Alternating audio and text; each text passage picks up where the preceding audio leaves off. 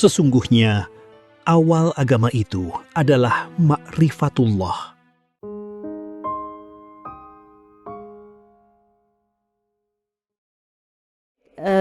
Kembali ke virtual, saya sudah bergabung dengan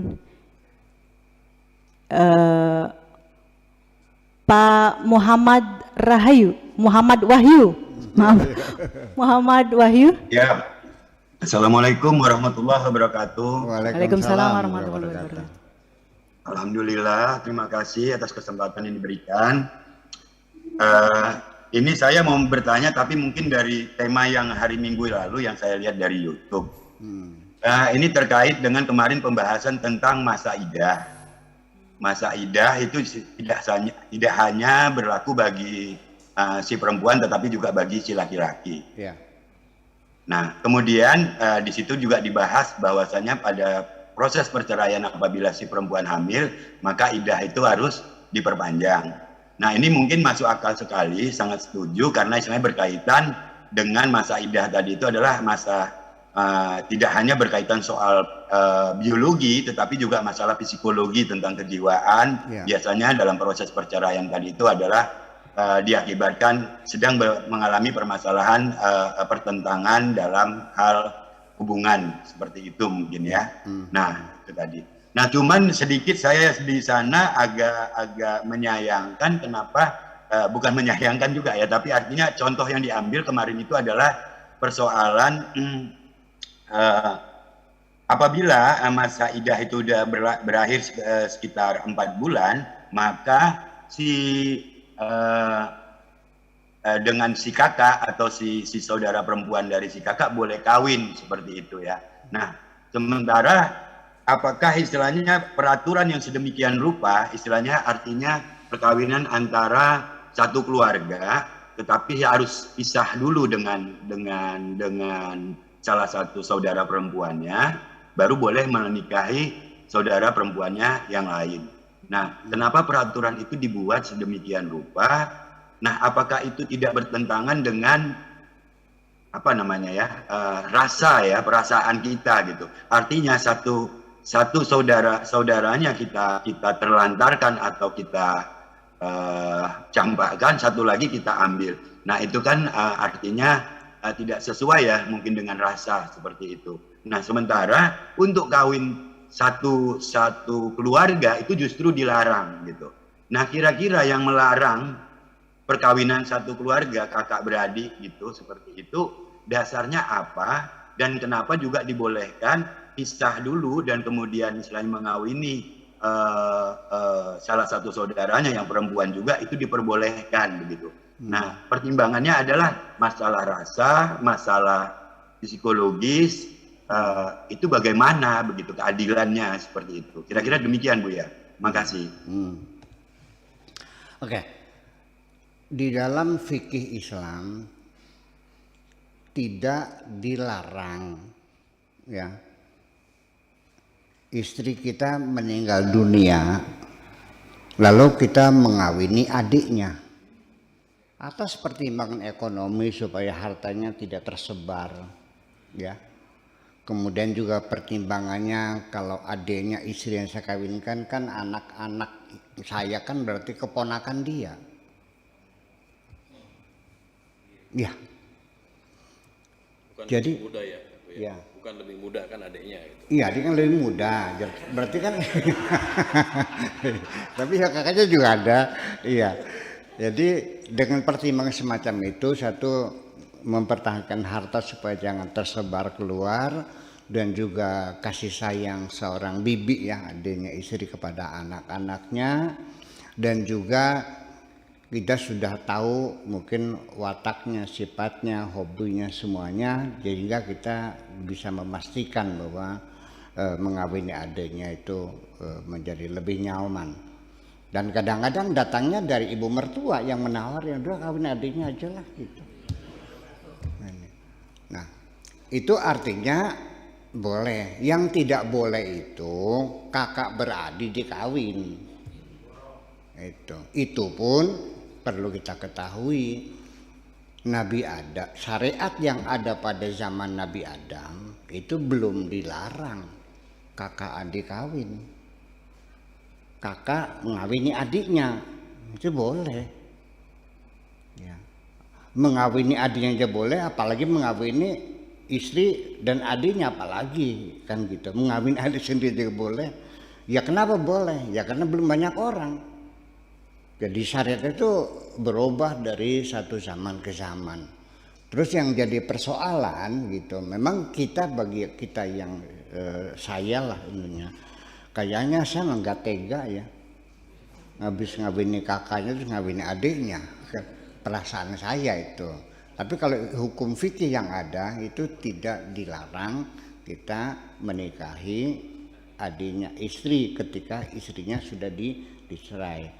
Nah, tetapi di sini banyak orang yang tidak tahu, ya ini terjadi di masyarakat, cerai dengan istrinya lalu langsung mengawini adiknya.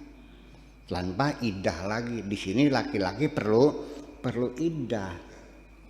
Ya, jadi kalau masih dalam iddah berarti statusnya istri itu masih menjadi istrinya karena masih dalam masa transisi.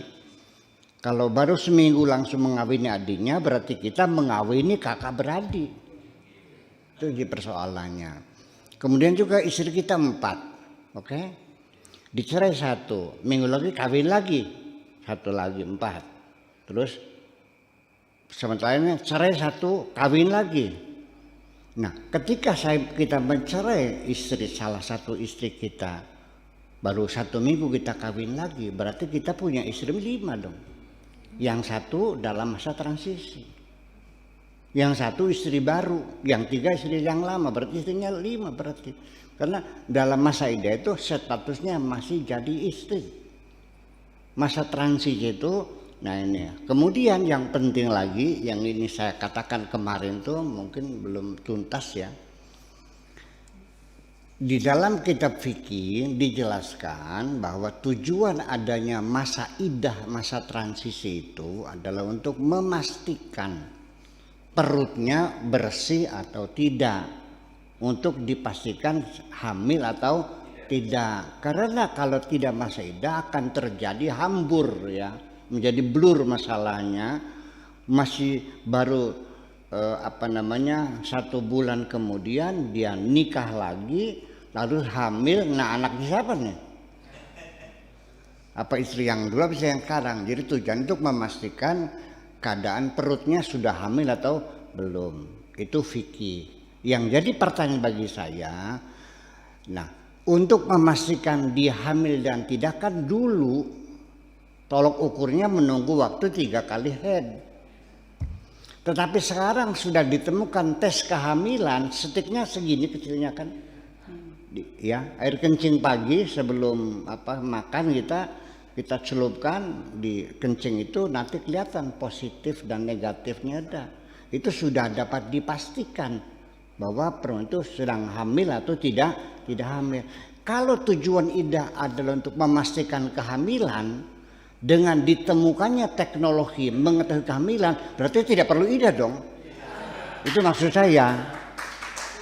Iya, tetapi yang dimaksudkan mungkin mereka melihatnya berbeda. Saya melihatnya faktornya faktor psikologis yang menentukan. Artinya terlalu banget ya kejamnya. Orang baru cerai, ya kan begitu. Ya termasuk laki-laki, baru cerai seminggu 2 kawin lagi, itu kan penghinaan. Seperti ngerasanya dirinya paling laris kan begitu. Lah ya iya, nggak pantas. Jadi masa iddah itu adalah tujuan yang paling penting karena perceraian dalam Islam itu intinya adalah edukasi, bukan hukuman.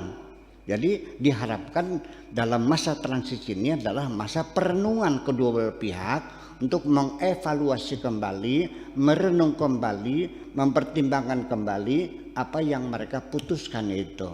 Di tengah perjalanan terjadi penyesalan, kesadaran bersama-sama, yuk kita rujuk lagi. Maka dia menjadi rujuk lagi, tidak perlu kawin lagi. Jadi rujuk namanya. Jadi perceraian itu dibatalkan, kembali rujuk lagi. Caranya ya tidak usah dikawinkan, asal kita tidur bareng aja udah sah. tidur yuk, ayo, ya udah jalan. Itu rujuk itu bukan untuk dikawinkan lagi, bukan, tapi ya asal kita tidur bareng ya selesai sudah. Ya, kecuali kalau sudah masa idah selesai, sudah 6 bulan kemudian dia mau kumpul lagi ya mesti kawin lagi. Kalau dalam masa idah itu rujuk, tidak perlu kawin lagi, saya kira demikian. Jadi yang jadi masalah di sini adalah hukum bicaranya boleh kita setelah mengawini kakaknya lalu mengawini adiknya, tetapi yang kena idah bukan hanya perempuan tapi laki-laki juga kena idah juga. Idah menghindari mengawini kakak beradik. Ya. Kemudian lagi juga orang yang istrinya 4, ketika salah satu diceraikan lalu mau kawin lagi juga menunggu idah, karena batasan kawin itu hanya 4, tidak boleh lebih dari 4. Saya kira itu persoalannya. Kemudian idahnya orang yang paling lama adalah ketika dicerai dalam keadaan hamil. Ya. Nah itu ila ayyadana hamlahunna, sampai melahirkan.